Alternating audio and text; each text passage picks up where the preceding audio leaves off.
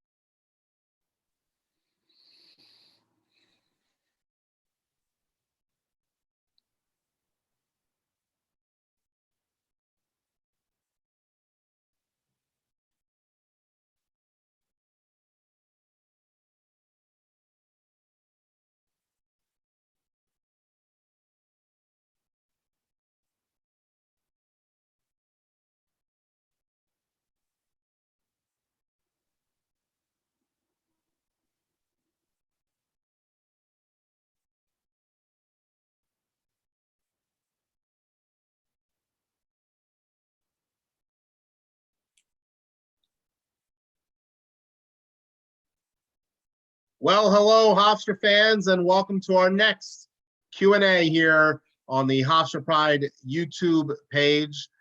Today, I am excited to be joined by our head men's lacrosse coach, Seth Tierney. Coach, how are you? Steven, doing fine over here. Thanks for having me. Seth, how's everything going over at home with you, and how's the family? Yeah, we're doing okay. We're making the best of this tough situation. Enjoying some family time, trying to find, some positives in this incredibly unique and tough situation that we're all in. And then just waiting to see, what normalcy will be like and when we can expect it. Well, fans, again, we'll chat with Coach Tierney for about the next hour here on the Hofstra Pride YouTube page.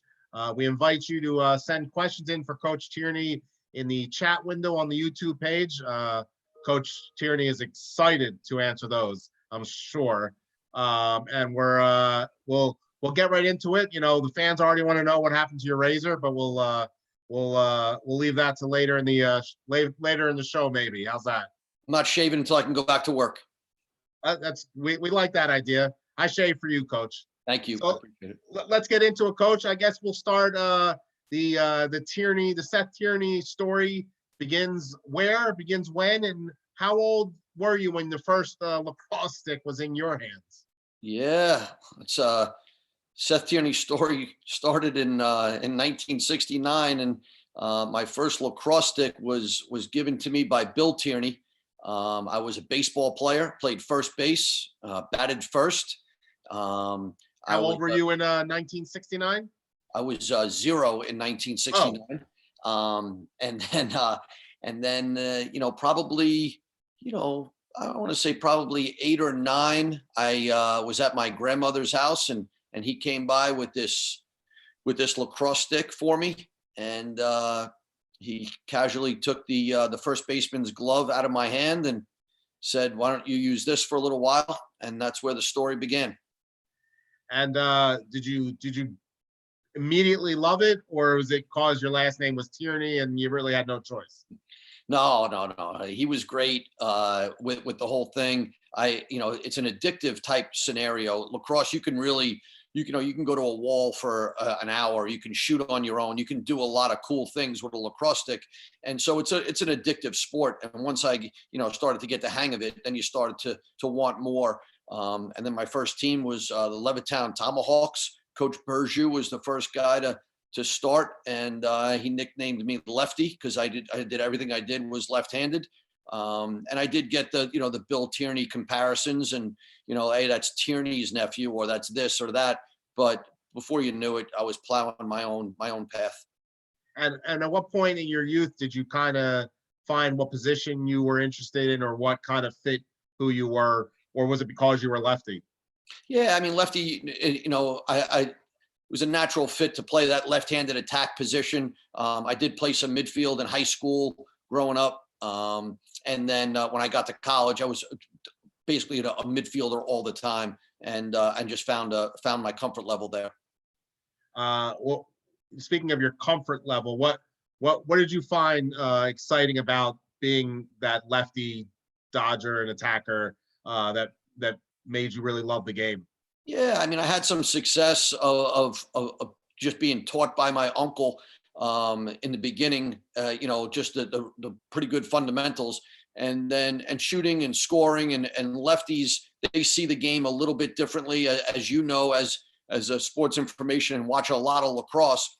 There's a term out there: lefties get their left. Sometimes righties can't get their right, but lefties do get to their left hand, and you probably see it with Ryan a little bit. You saw it with Josh Byrne. You see it with a couple of guys. A lot of Canadian players, they just get their left hand, and so we see the game a little bit differently. And it got to the point where I just really loved playing that lower left-handed attack position and being able to finish the ball or feed the ball through and find some open players.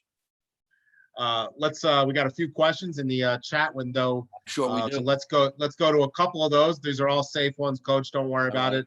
And again, fans, if you have questions for Coach Seth Tierney, put them into the chat window on the YouTube page, and we'll try to get them. Let's go with our first one. A great question. So you've had 2 months kind of where you've been home. What have you done maybe to improve as a coach during this 2-month stretch that you think will benefit yourself moving forward? Yeah, I watched a bunch of videos in regards to what other coaches are doing in practices, gathering in small groups with them, trying to learn maybe how they're running practices, watching, listening to some of those podcasts, and just working on me, having a bunch of Zoom meetings with our staff, and trying to, maybe I don't want to say reinvent, but to use this time wisely, to go through what our team was, what we thought we were about to go through. Were we doing anything right? Let's write that down. Do you think that we weren't doing anything? Did anybody disagree with anything? And then certainly speaking, got a chance to jump on a couple of Zoom calls with the USA staff. We're going to do that again, in 2022. So we got a chance to coach, talk a little shop with them. And then, spending some time doing some work with the PLL and some exciting news coming out with them. And so working on that phase of things, that phase of life there. But certainly speaking to our guys, maybe just thinking about what recruiting is going to be like, what it's going to be like going back and maybe in September. Will there be fall lacrosse? And just kind of preparing ourselves. Maybe life will be different. Maybe it'll be smaller groups. Who knows? But let's make sure that we're nimble and that we're good to go. The lacrosse community is such a close-knit community, and many of your best friends are coaches as well, including, I believe, your college roommate, right? Yes. Do you guys kind of have you found yourself more talking to people like that? Maybe Zoom meetings with people like that, where you're throwing ideas off on, let's try this offense. So what would this do with its team? Kind of concepts. Yeah, I mean, we will do that. Whether it's there is a small group that the people that you trust. Obviously, we have access to every film, so instead of throwing the TV on, now you just throw on Huddle or our game system, and we'll just watch someone else's game, see what they're doing, who is successful, going through our games, and then certainly bouncing things off of other coaches. What'd you see here? What'd you see there? And just trying to improve personally so that we can improve as a staff. Here's a great one from one of our fans. Oh, great. This fan recently watched a classic Hofstra win in 1996 over UNC at home. Do you recall it? What were your memories of the game? You're on the sidelines. This Yep. I actually have seen this on YouTube. It's on YouTube. Do you remember the game? And what are your memories of the game? It was unbelievable. It was certainly I was a young. Correct me if I'm wrong. Hofstra probably needed the win to get in the NCAA tournament, probably, right? I believe that was the state where we needed. This was a big. Life was different then in regards to getting into the tournament. So you needed a big win. The RPI was there. There really wasn't conference affiliation. It was all at large. And life was a little bit different. But for Carolina to come up to Hofstra and for us to, I think we fell behind a little bit. And then we started to come back into the game, and a couple guys had put the ball away a little bit. That game has been floating around a little bit. Coach Amplo was in that game, and he, I think he thinks that he was a little bit better than he actually was. Carolina got a shot at the end of the game, and Coach Amplo was standing next to the player that took the shot. That would be the guy that he would be supposed to be covering. But it was just, it was an unbelievable event. You saw the crowd.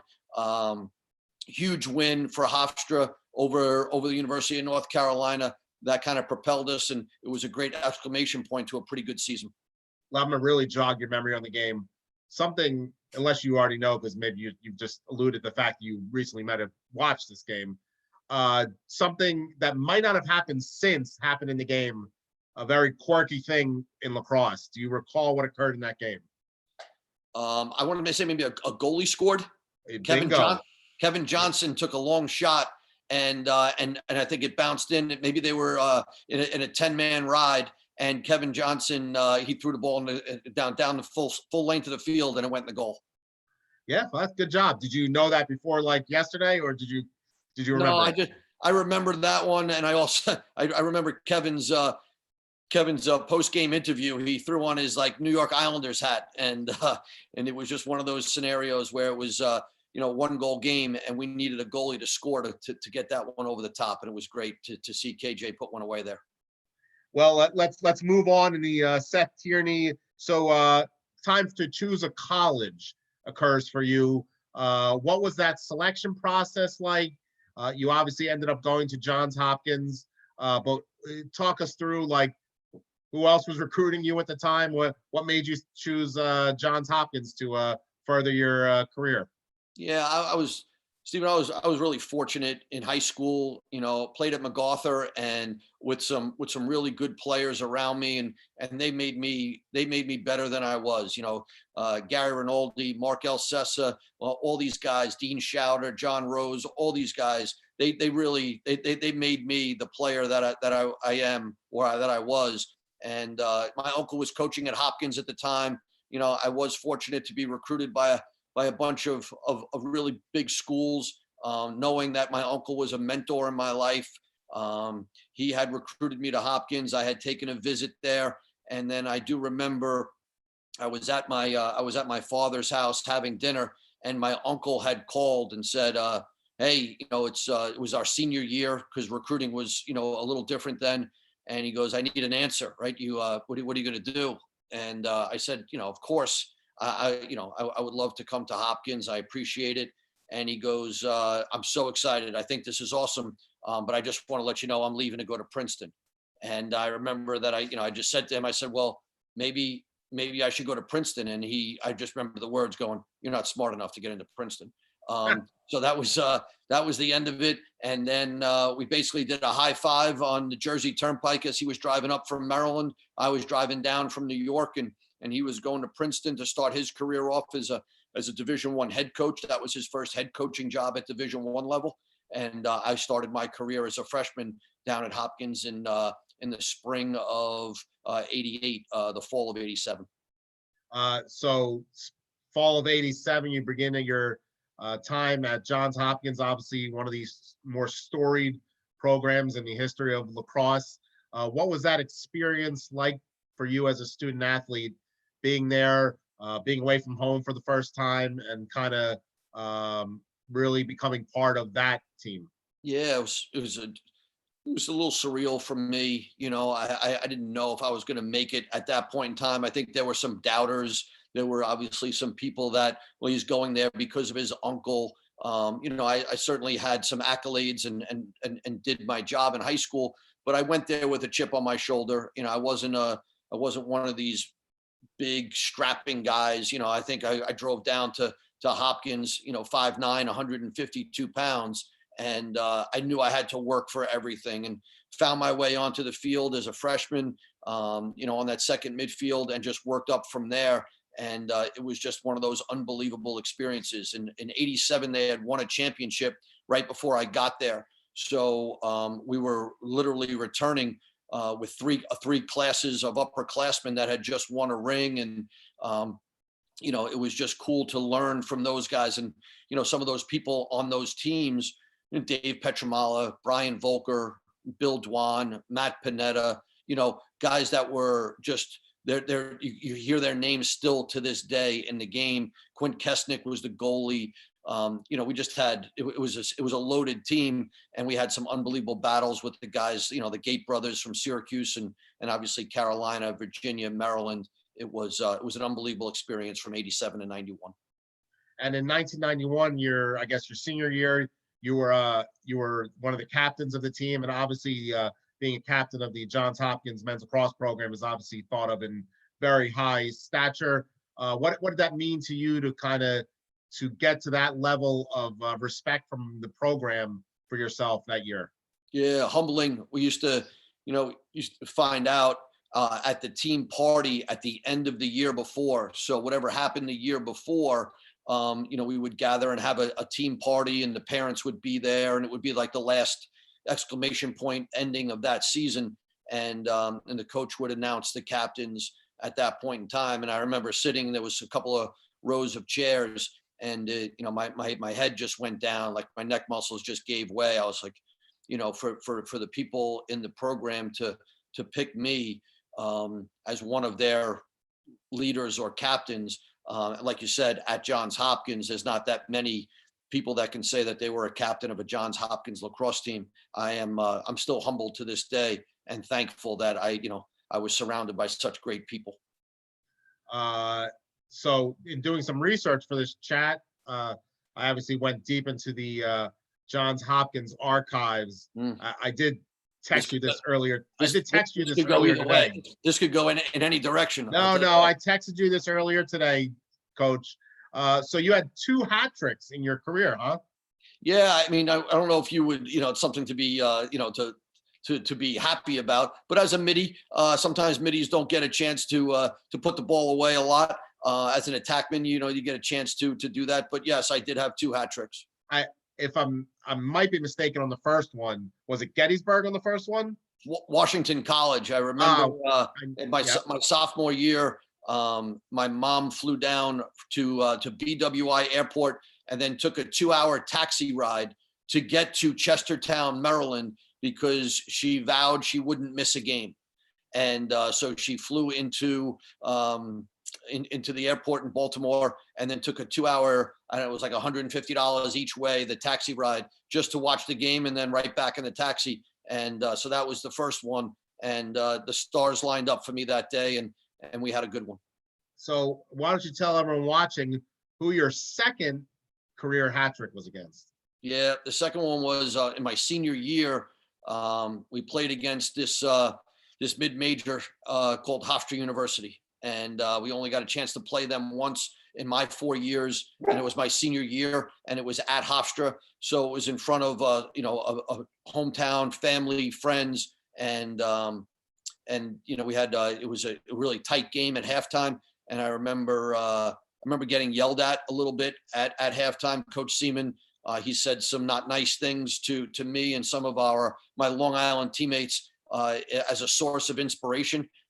Back certainly in 1991, some of those things were acceptable.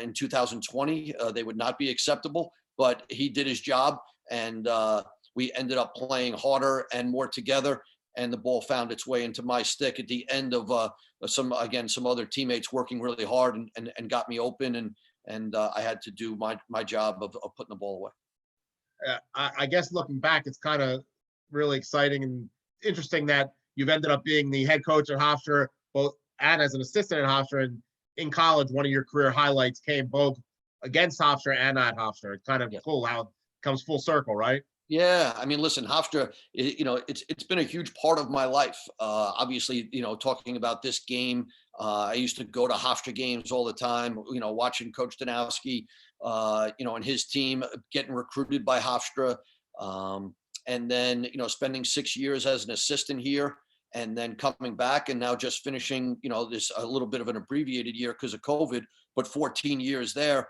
So 20 years on campus. And, so 40% of my life has been spent on the campus of Hofstra University. Yeah, wow, you must be like a math major. You did that like real quick too. Be quick right there. Let's go back to some of our fan questions. We got some good ones coming in here. Okay. Again, Hofstra fans, if you have questions for Coach Tierney, put them in the chat window, and we'll get to them during the chat. Let's go. Let's see what we got. Oh, we'll get to the Team USA stuff in a little bit, but here's a great question. You've had a lot of players now that you've coached go on to be head coaches. You've mentioned Joe Amplo already. There's a slew of others.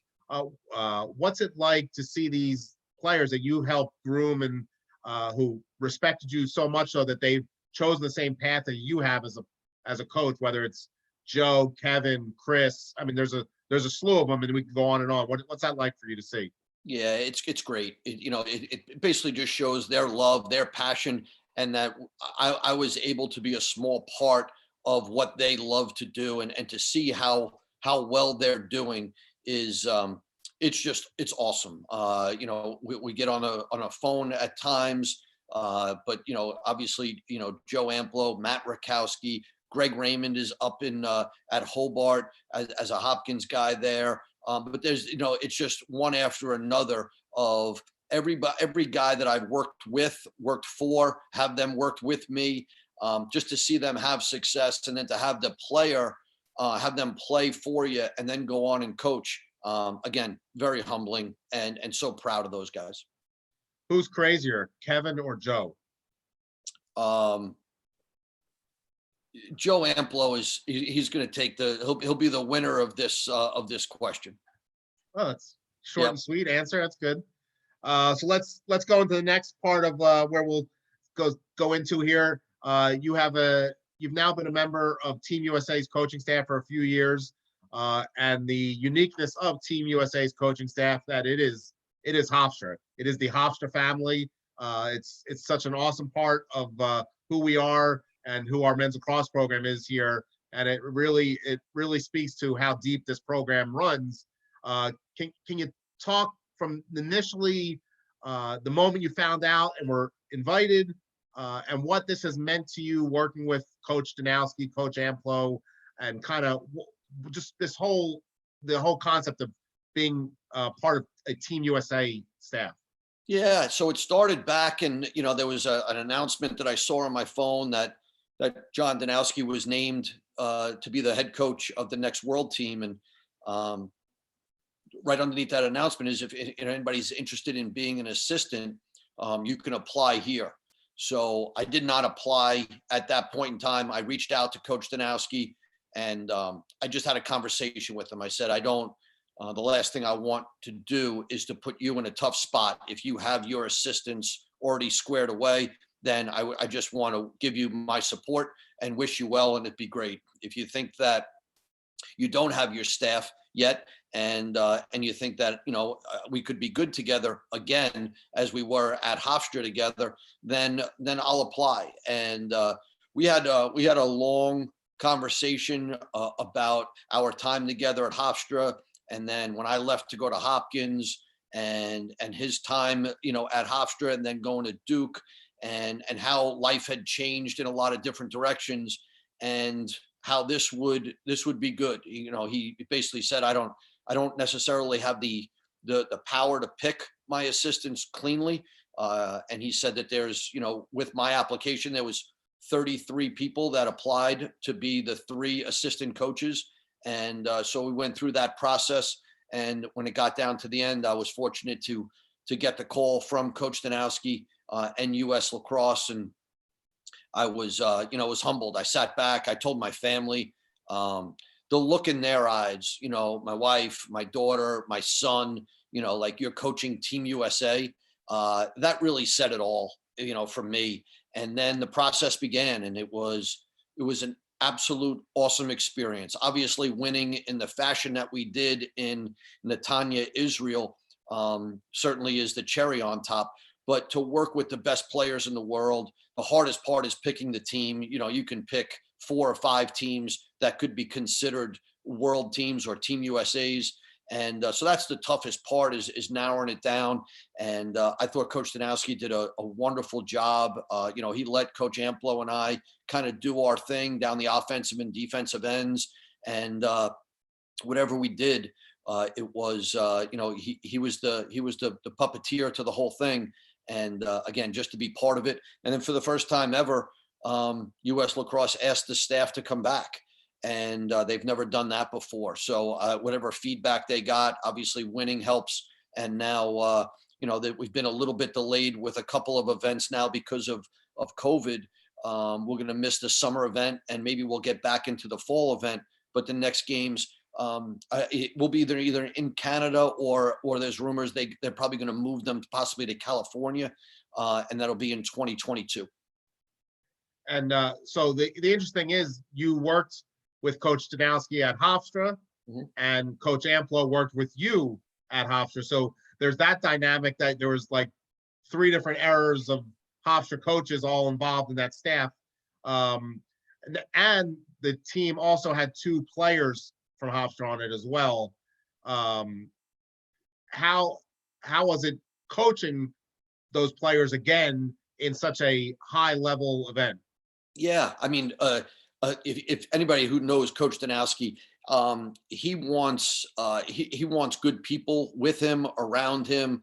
He wants people that understand him. And so, it seemed a natural fit that he was going to be at his best when people around him knew him, like Joe and I did.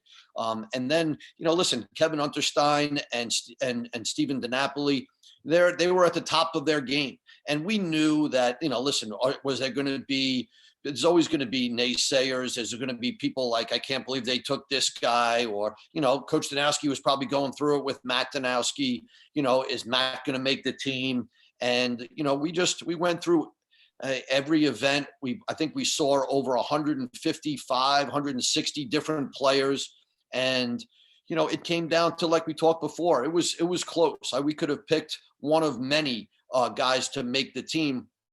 Kevin Unterstein and Stephen DiNapoli, they earned it. They just downright earned it. And part of it was they didn't want anything handed to them. It was not going to be that scenario, right? We have a job to do for U.S. lacrosse. That was to win a gold medal. Let's not make any mistakes about it. It's a wonderful experience, but you are there. There is no second place when you coach the world team.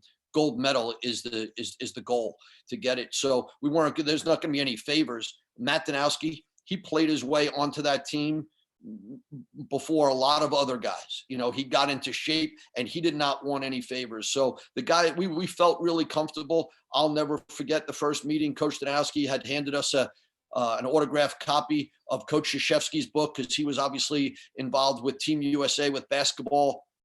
And he asked us to read it. And he also said, promise me this: when we pick the team, win, lose, or draw, at the end of the last game, we look across the locker room and we say, these are our guys. And that's got to let's not take someone because the world thinks we should take someone. Let's pick the right team of our guys so that we can look them in the eye when it's all said and done and say no regrets. And you touched on it a couple minutes ago in the chat, the experience of going over to Israel and being a part of that gold medal winning team. Your family also went with you as well, right? Yes. They came over the second week, but we went over in the first week, and we had a little bit of a training period session up at Gillette Stadium up in Boston. We spent a couple days where we did, once you pick the team, then things start to form and the relationships start to form. So we had a really good 4 or 5 days up at Foxborough. We ended up losing to the MLL All-Stars, the 2-point shot, all those things. And I think that played a positive role, right? We learned how to lose a little bit. We learned how to play with some adversity. And we all went through a tough go at it. And then we met back at, Kennedy Airport. Everybody flew to Kennedy before we got on a flight to Tel Aviv. And unbelievable experience. Taking a team trip to Jerusalem, practicing for a day or two, getting into pool play. We were in the opening ceremony. Kevin Unterstein got a chance to carry the flag in the opening ceremony. Life-changing experience there. All the teams there lined up, and then we played the Iroquois national team. And it was a tough game. They got some players over there. We opened it up a little bit in the second half, and then it's 7 games in 9 days once the tournament starts. So it's pretty wild. What was your favorite memory from that experience?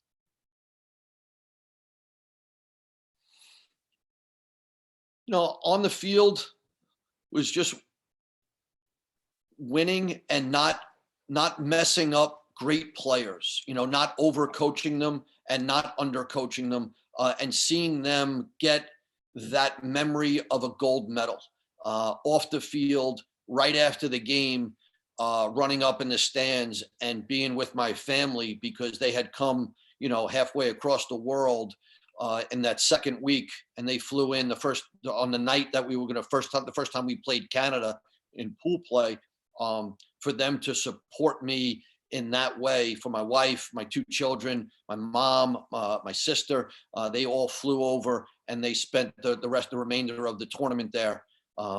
I'd probably be lying to you if I didn't tell you that the post game was a little bit of a favorite moment as well. We had where's the medal? The medal is somewhere upstairs in my safe. The ring, again, I don't have it in a display case. I have a jersey somewhere that's up there.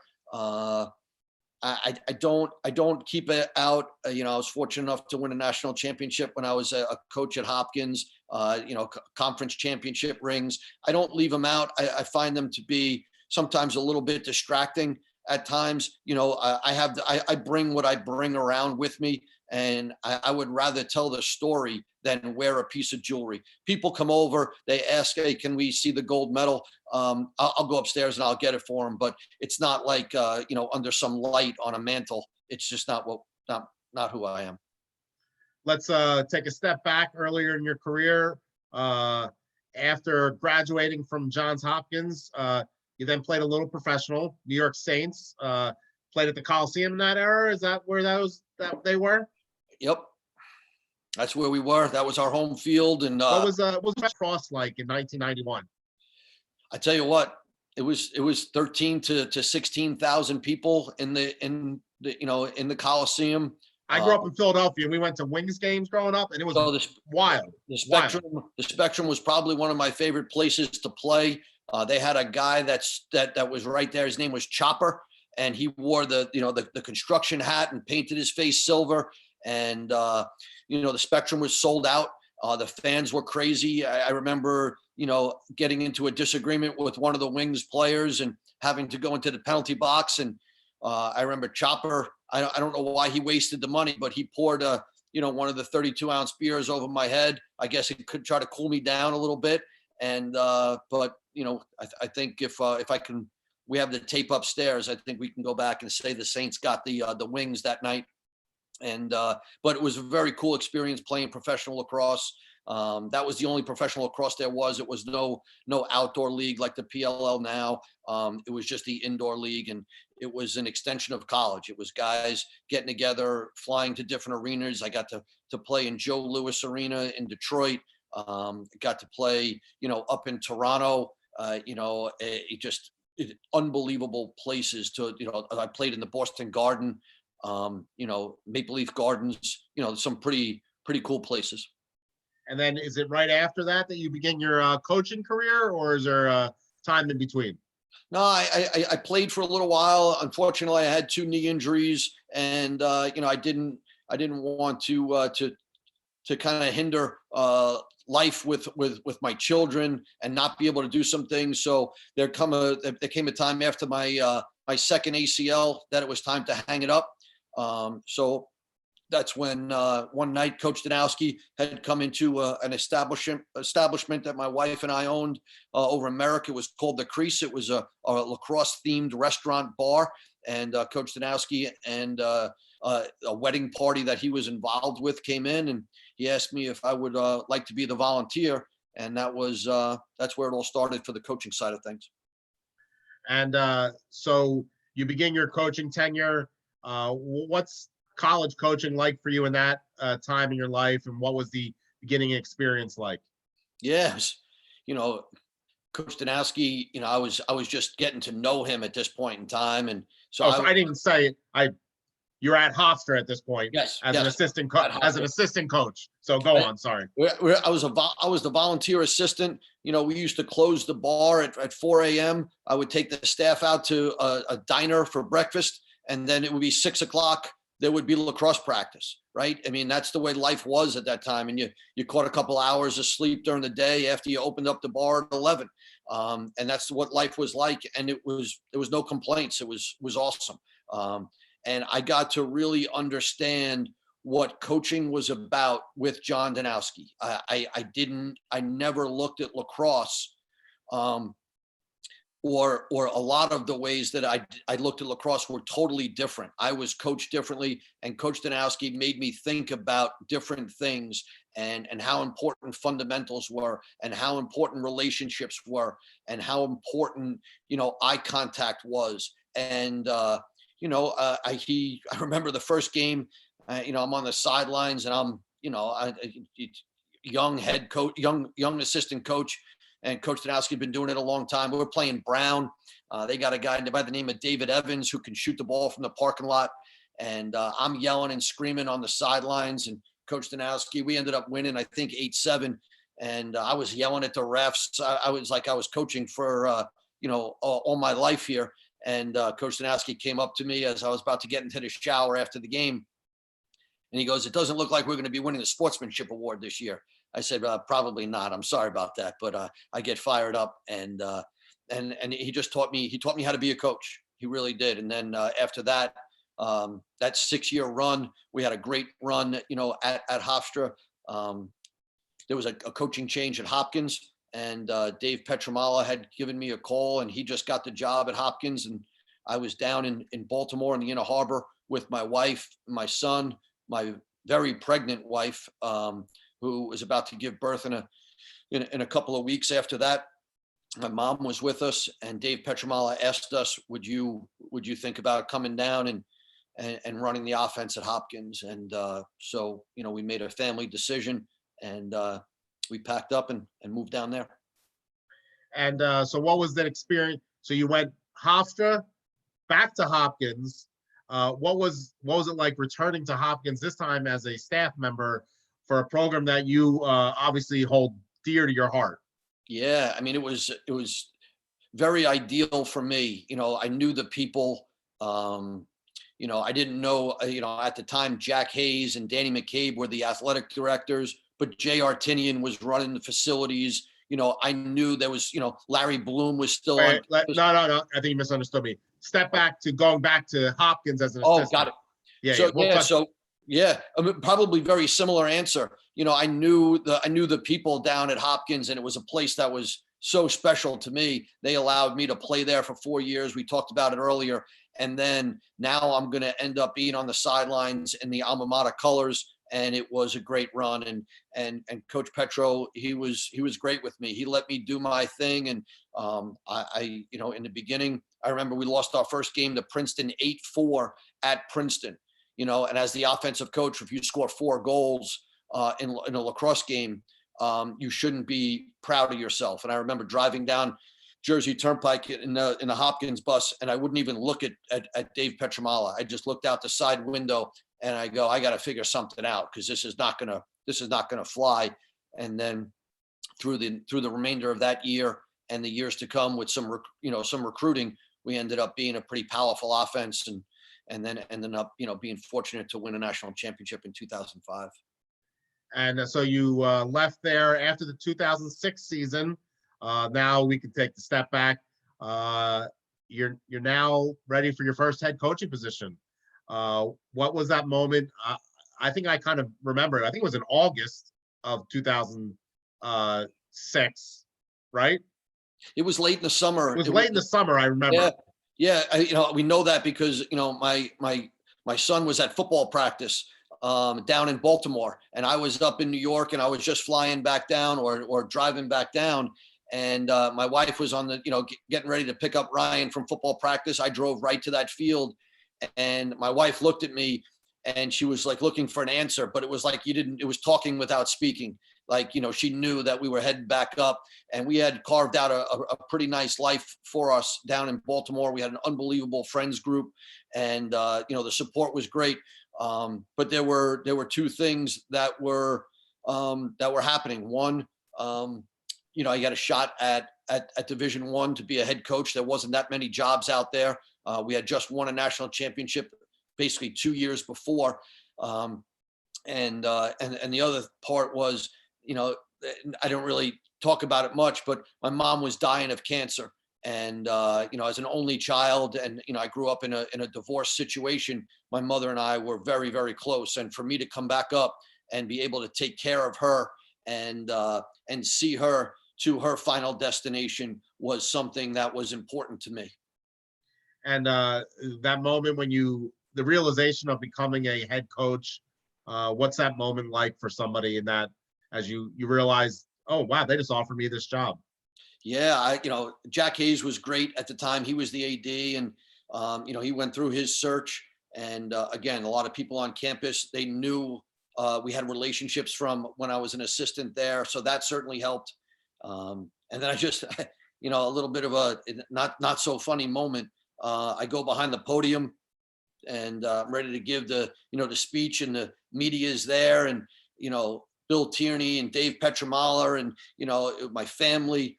And I think I thanked President Stewart, and President Rabinowitz was the president at the time. I had a little bit of a mishap there, that on my first day on the job, I had to apologize to the president. Probably not off to a great start there. I actually don't remember that. That's funny. So 2007 season is your first as a head coach at Hofstra. I'm ready. Here's my first trivia question of the chat. Oh boy. Who was your first game against? Oofa. Oof. UMass. Okay, so then you're probably going to get the second one. Who was your first win against? UMass. We won by 1. And I remember that Won by first, two. we won by 2, 8-6 maybe. Good job. Yep. I remember certainly, the year before, Hofstra had lost that heartbreaking game to UMass at Stony Brook, and I was on that field because I was coaching at Hopkins, and we had lost to Syracuse in the same quarterfinal that was out at Stony Brook. And so I knew the Hofstra UMass rivalry. I knew how much the guys were hurting after a loss, after being up and UMass creeping back. And I remember the locker room after that game. I remember the alums. I remember Mr. Hayes. I remember the president. I remember the support after that first win. And it was I won't forget that one. So obviously you've been in Hofstra for we're pushing 2 decades now, Seth. We're year 4, next year's year 15, right? Yes. Yep. What's this time been for you like back on Long Island coaching Hofstra? I would almost argue, it's not your alma mater, but Hofstra has become pretty much an alma mater to you in a way, hasn't it? Yeah, I mean, people ask all the time. I went to Johns Hopkins. That's my alma mater. There's no getting around it. I'm very proud of that place. But like you said, when you spend 40% of your life on a campus with people that you really love, and Hofstra is just great because of the people. And again, starting year 15, I have no words. What they've allowed me to do, what they've supported me to do, all of the relationships, the highs, the lows, everything that we've accomplished, new fields, new locker rooms, international trips, NCAA, appearances, conference championship, all of those things. I can never erase them from my mind, but the players and the assistant coaches in these past 14 years, the players change, the assistant coaches change. I cherish every one of those memories. I really do. I'm a pretty fortunate guy when it comes to this lacrosse thing. I've won, but it's really about the people have been unbelievable. I think you're going to take the easy way out on my next question. But I'm going to ask it anyway. As a member of the Hofstra staff, both as an assistant and a head coach, best 5 players you've ever coached? At Hofstra? Yeah. Yeah, I mean, I as a sports information director, I know you love these things. It stirs up. Yeah, it stirs. Who's your Mount Rushmore, Seth? Come on. Yeah, I need the Colorado Rockies instead of just a Mount Rushmore. Listen, there've been a lot of great players. Certainly as an assistant, I gotta mention Doug Shanahan. Josh Byrne. You were a head coach with Josh. Yep. And just assistant? Oh, no. You said as an assistant. Sorry. Yeah. Just as an assistant, you want? No, I'm talking both. Go ahead. Yeah. And, but probably my all-time favorite is the guy that wears number 13 right now, and Ryan Tierney. He's a special player. And, the moments that I share with him on the sidelines, sometimes it's yelling and screaming. Sometimes it's using bad words. But at the end of it, the feeling is there. I treat every player that's on the team is a son to me. But when you see Ryan Tierney out there and he scores goals, a lot of people have come up to me and go, "How can you not react when he scores a goal or an assist like that?" You don't need to see me react. Inside, it's a pretty special moment. I'm probably jumping out of my skin. I'm probably tearing up inside when something special happens with him, or certainly my daughter on the other side. Yeah, I guess we'll touch on that a little bit right now. We'll get to the family a little bit later as well. But obviously, the last 4 years and into next year, you've had the incredible experience of coaching Ryan Tierney, your son, who's going to go down as one of the all-time greats in Hofstra lacrosse history. What has that experience been like for you, coaching a player of that skill set who also happens to be your son? Fortunate, I'm awfully lucky. It's emotional to talk about. It really is. To see the career that he's had, and flourish and turn into the player that he has. Sitting at the fence and watching him in high school. It was always a great feeling. Having him, get the All-American accolades and all those things, win a state championship as a sophomore. I was like, wow, this is just great for him, and it's awesome.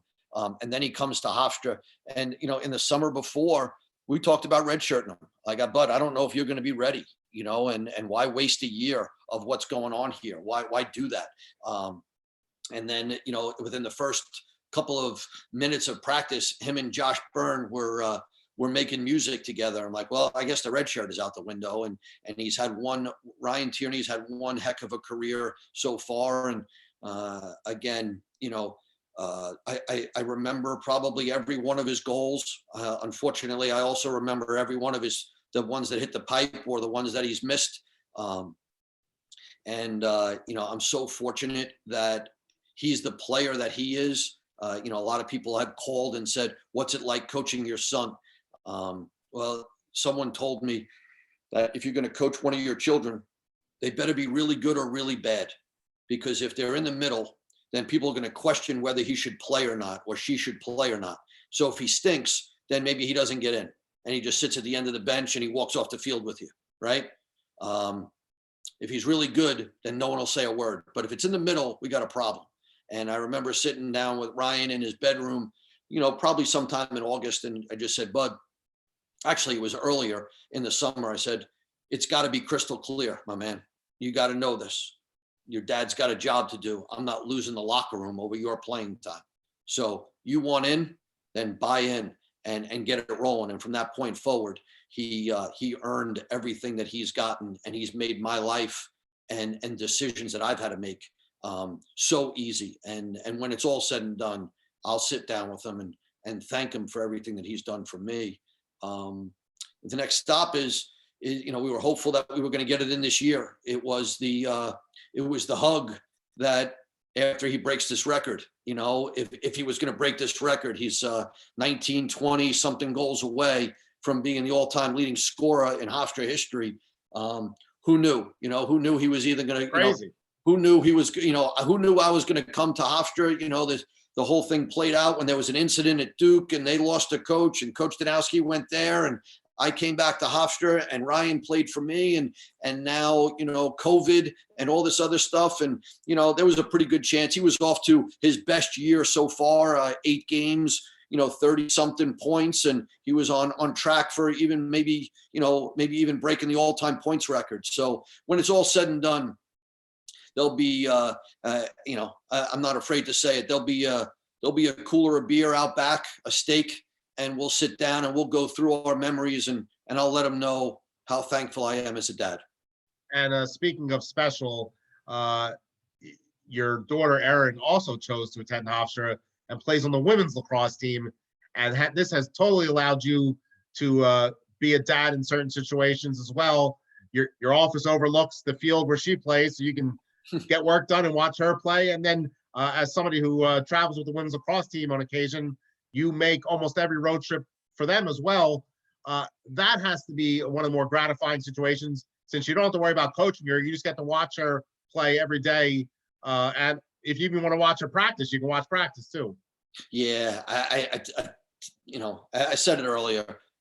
I don't know what I did to deserve this, but I'm awfully fortunate to be able to see my daughter every day, practice, grow, go through college, play in games, get that phone call on the way home.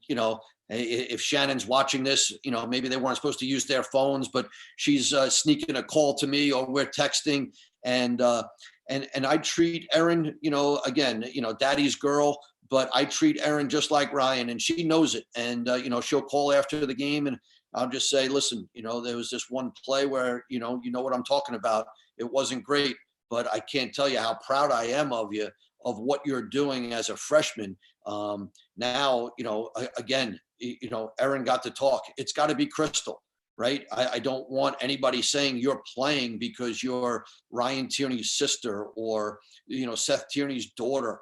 You've got to earn it.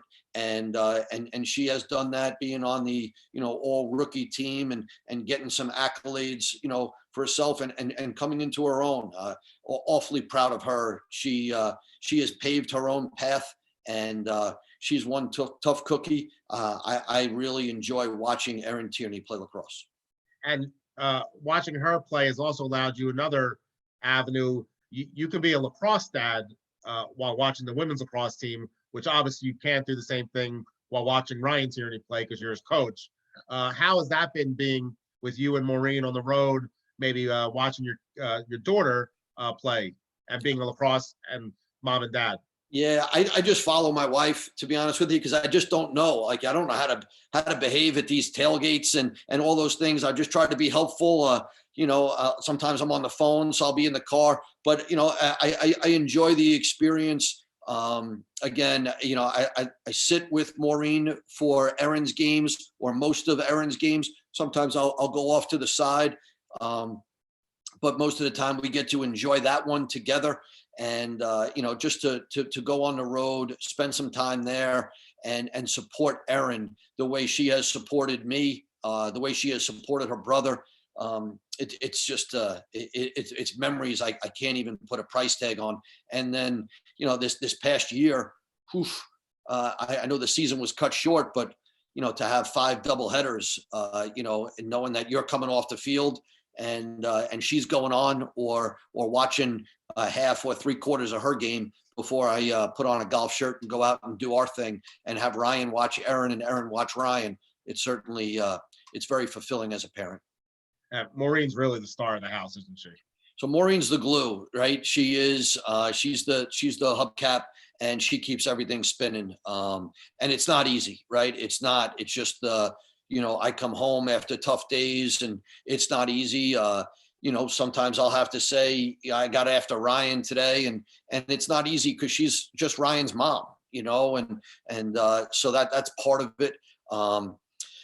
It's wonderful. The pros way outweigh the cons. Are there tough moments? Absolutely. But I will tell you, I wouldn't trade it for the world. And I'm awfully thankful that my children decided on Hofstra, where I work, because both of them were recruited to countless universities, and they had their pick of the litter. And for them to want to do this as a family, thank you. And speaking of family, one of the most difficult situations you've been put in during your head coaching career happened almost immediately. Nick Calalori was sick, and then eventually passed away, I believe November, if I'm not if off the top of my head. Yep. So few short months after you were named the head coach, and Headstrong and all that it has meant over the last 15 years has become so intertwined with Hofstra and the men's and women's lacrosse program. Can you talk about what the Calalori family means to you, what it means to Hofstra, and kind of how that has evolved and how special it is? Yeah, so I got I got the phone call that was going to be the one that they're going to name as the head coach at Hofstra, and my first phone call was to Nick Calalori, and he was battling non-Hodgkin's lymphoma, and driving back up to New York, we took a left and went to Philly, and we went to go see him, and then he came up to see the team, while he was in treatment, and then we played in an event in the fall where we actually scrimmaged Duke at Skelos Field over in Rockville Center, and Nick made it up to there. He was in a wheelchair, and but he made it up there, and it was a Hofstra Duke thing, and it was great to see Coach Danowsky and go through that. And then we knew things were getting a little tough with Nick, and Michael had called and said, Coach, I don't know how much longer he's going to be able to hold on. And so we got a bus together, and we brought the whole team down. We piled into their house, and we stayed there for a couple hours, and Nick was great. He dug down, and he had great energy, and he was telling jokes, and he was getting after the freshmen and all those things. And we came back home, and, only a day or two later, he had passed away, and we got back on a bus, and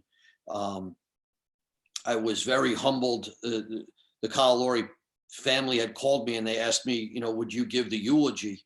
And part of me just wanted to say no. I don't know Nick well enough to do this. And I'm going to be the one person in this church that knows Nick the least. Why? Why me? And then the other side of it was, how am I going to say no to these people? They just lost their son.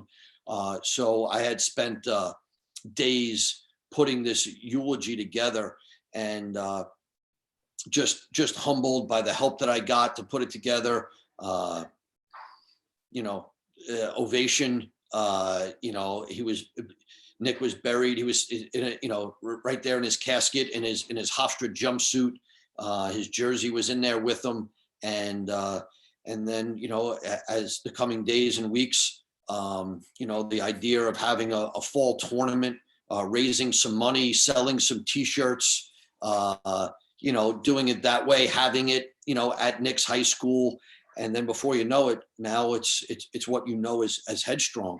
And now it's millions of dollars. It's the Headstrong, it's these houses, Nick's houses. It's helping so many people that this happened.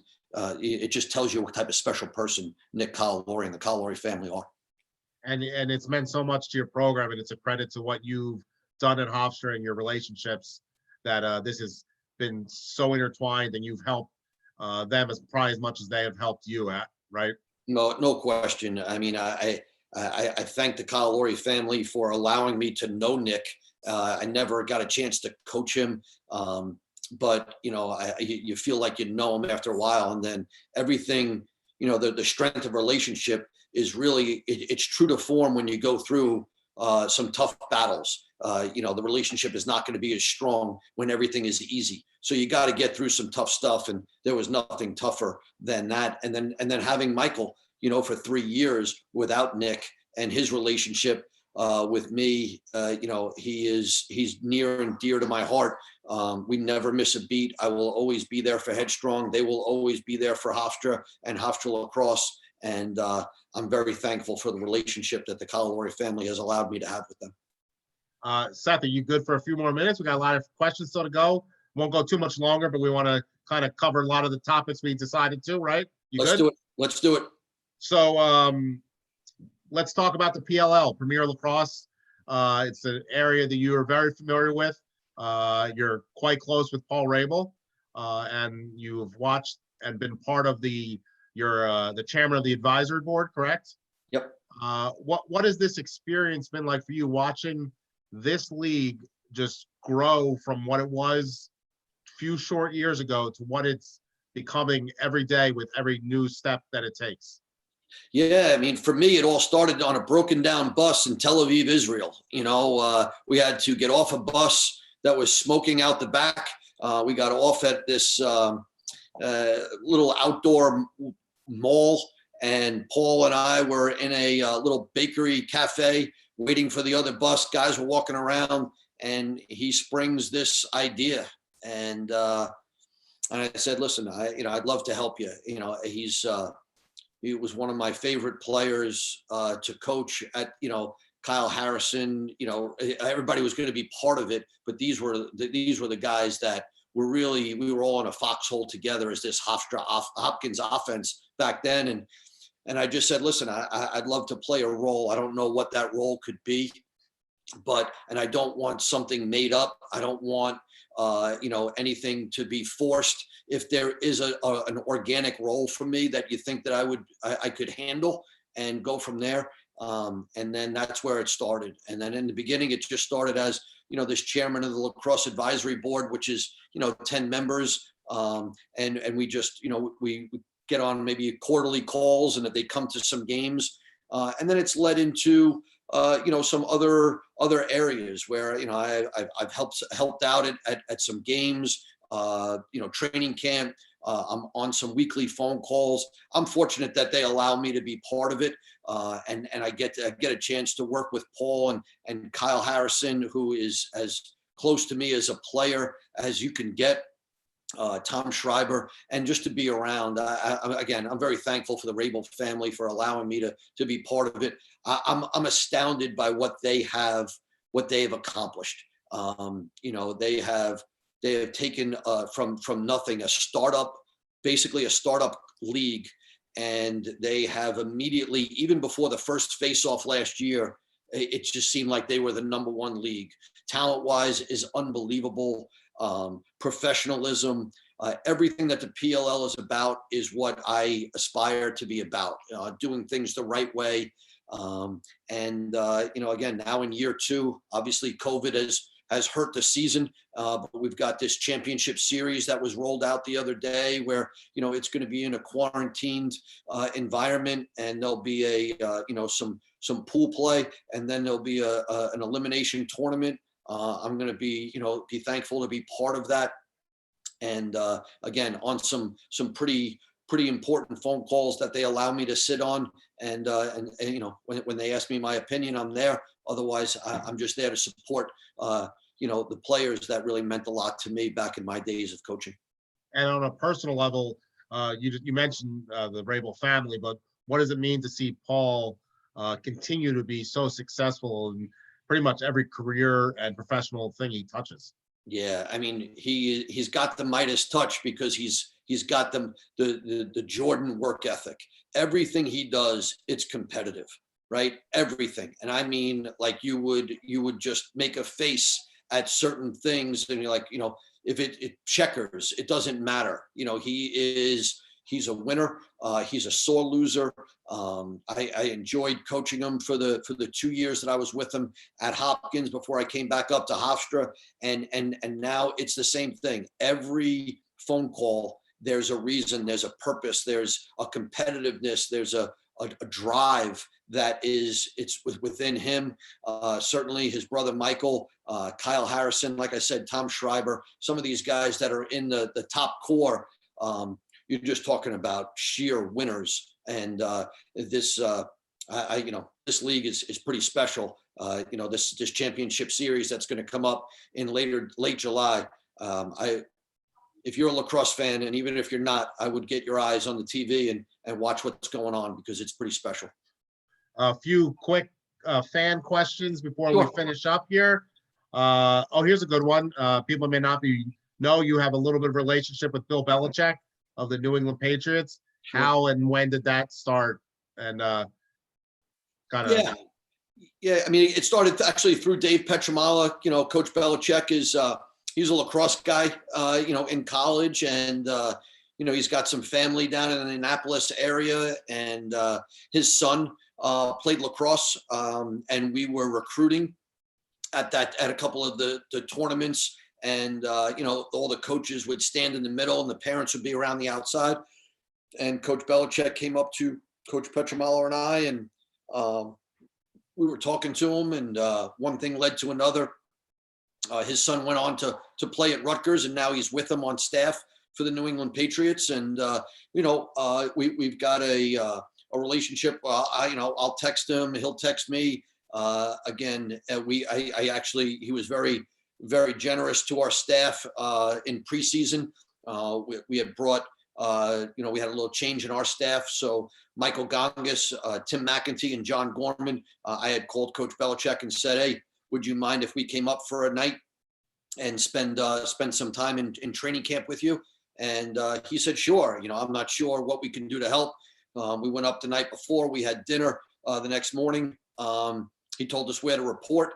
We went into this theater-style classroom. We were sitting up in the top corner. It was like a little roped-off area for us. And before you knew it, every player from the New England Patriots walked in. They sat down. All the coaches. They closed the door, and we were in a closed meeting with the New England Patriots. And then they broke out into positional meetings. Coach Belichick came up and spent some time with the guys on my staff.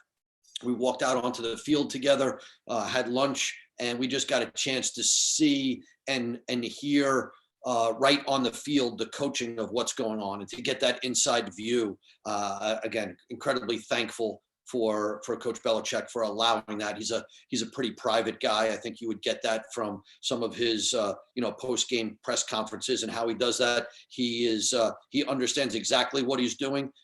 He does not want a lot of people in his world. He just wants to coach and win and work.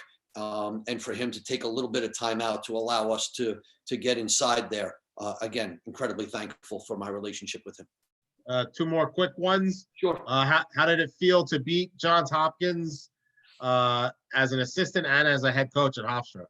Yeah, I mean, again, I think it's that, it's almost that brother competition. It's a little bit bittersweet because I wish Hopkins well, but when I'm coaching at another school, I don't wish them well during those 2 hours.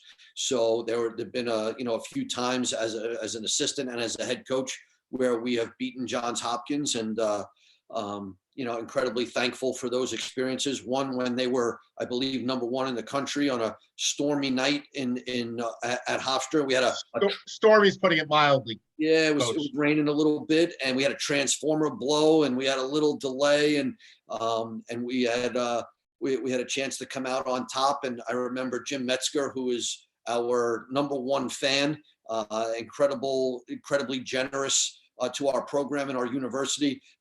Somehow, some way, I don't know if he paid the security guard off, but with 3 or 4 minutes left to go in the game, he bear hugged me from behind, and the game wasn't even over. But he had just felt it. And, again, another one of those amazing moments in my career. And you touched on James Metzger, one of a handful of very supportive people who are great to your program. Yep. What has the support meant to you, to your program, from people like James Metzger and others like him who have just gotten behind your program in every way, shape, and form? I think people, sometimes misunderstand that and think that James Metzger, the support is just financial. He's done very well. He's very philanthropic.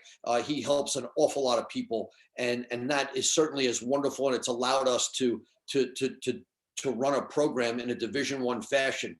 But the support behind the scenes that he has given, that's where the value is. Understanding after tough losses, encouragement, advice, being there, having dinner with them, coffee, whatever it may be. That's the real James Metzger. That's where he has stood on his head for us and really has done a great job. But, Dr. Freed, Tony Perettini, I don't even want Joe Corello. I don't want to leave anybody out. I know that there's a ton of them out there. PJ Bajornaby, Jay Sullivan. There's, again, I'm incredibly thankful that people have had a great experience either with Coach Danowsky or with myself or a combination of both, that they support their program unconditionally. And they know that, sometimes there are tough losses, and they know that there's going to be some exciting wins. But the support at Hofstra has been unbelievable, and it makes it a special place to coach. Yeah, I've been to your face-off dinner numerous times, and I can attest to that. There's nothing like the support your program gets. Let's end it here, Coach. I got a quick one for you. Let's go. One-on-one, who wins, Seth or Ryan? In lacrosse? Yeah. Ryan. One-on-one, who wins, Seth or Erin? Erin. She would lock you down? And if Erin and Ryan go, Erin. Who is the greatest person named Tierney to ever play lacrosse?